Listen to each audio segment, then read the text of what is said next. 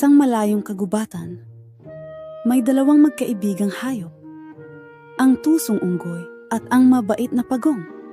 Sa unang tingin, sila ay tila magkaiba, ngunit ang kanilang pagkakaibigan ay sinusubok ng pagkakataon.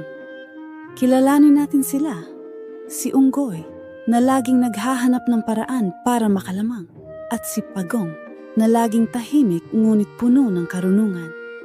Habang sila ay naglalakbay sa kagubatan, biglang napahinto ang unggoy at pagong.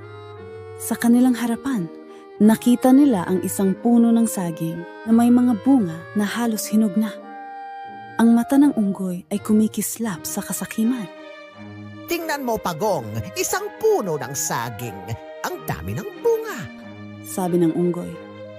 Oo nga, unggoy. Mukhang napakainam nito para sa ating dalawa. Sagot ni pagong. Nagkaroon ng ideya ang unggoy. Bakit hindi natin hatiin ang puno ng saging?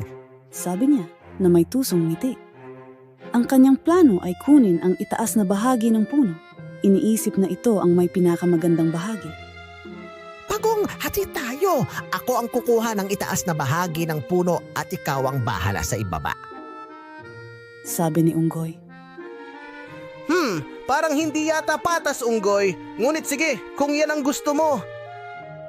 Sagot ni pagong, kahit na may kaunting duda. Nagiwalay sila at nagsimulang magtanim. Ang unggoy ay nagtanim ng itaas na bahagi ng puno ng saging, ngunit ito ay natuyo sa loob ng ilang araw.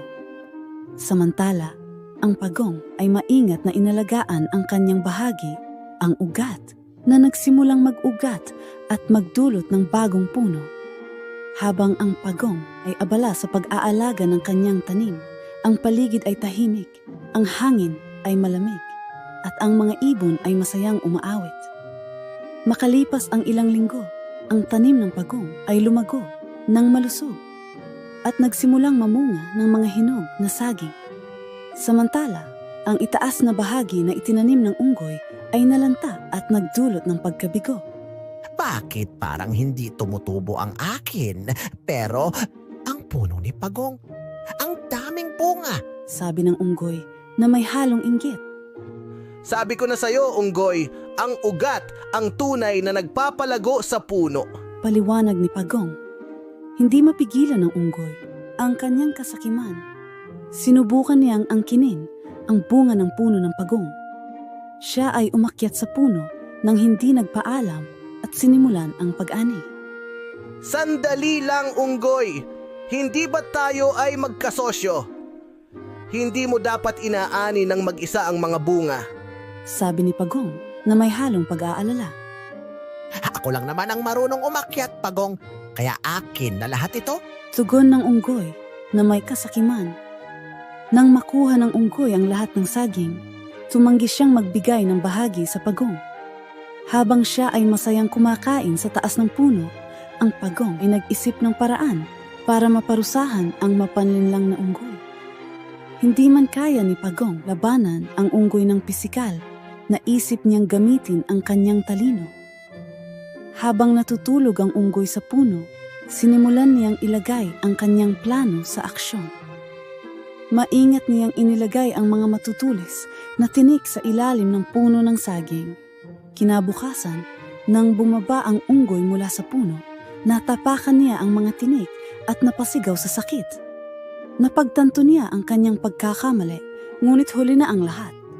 Aray, ano itong mga tinik? Napakadumi ng lugar na ito. Sigaw ng unggoy habang napapangiwi sa sakit. Sinasabi ko na nga ba, unggoy, ang kasakiman ay may kapalit. Sabi ni Pagong na may kalmadong ngiti. Mula noon, natutunan ng unggoy ang aral na ang pagiging sakim at tuso ay may masamang kahihinatnan. Samantala, ang Pagong sa kanyang karunungan at pasensya ay nagtagumpay. Ang kanilang pagkakaibigan ay muling naibalik, ngunit sa mas matatag na pundasyon ng respeto at pagkakaunawaan. Patawarin mo ako, Pagong. Nalaman ko na ang aking pagkakamali. Sabi ng unggoy na may pagsisisi. Ang mahalaga ay natuto ka. Mula ngayon, magkasama nating haharapin ang mga hamon ng patas. Sagot ni Pagong na may ngiti. At doon nagtapos ang kwento ng unggoy at Pagong, isang kwento ng pagkakaibigan, karunungan, at mga aral na natutunan sa pamamagitan ng pagsubok. At ayan mga bata, ang kwento ng unggoy at Pagong. Naway natutunan ninyo ang aral na ang kasakiman ay may masamang bunga at ang pagiging patas at matalino ay laging magdadala sa atin sa tamang landas.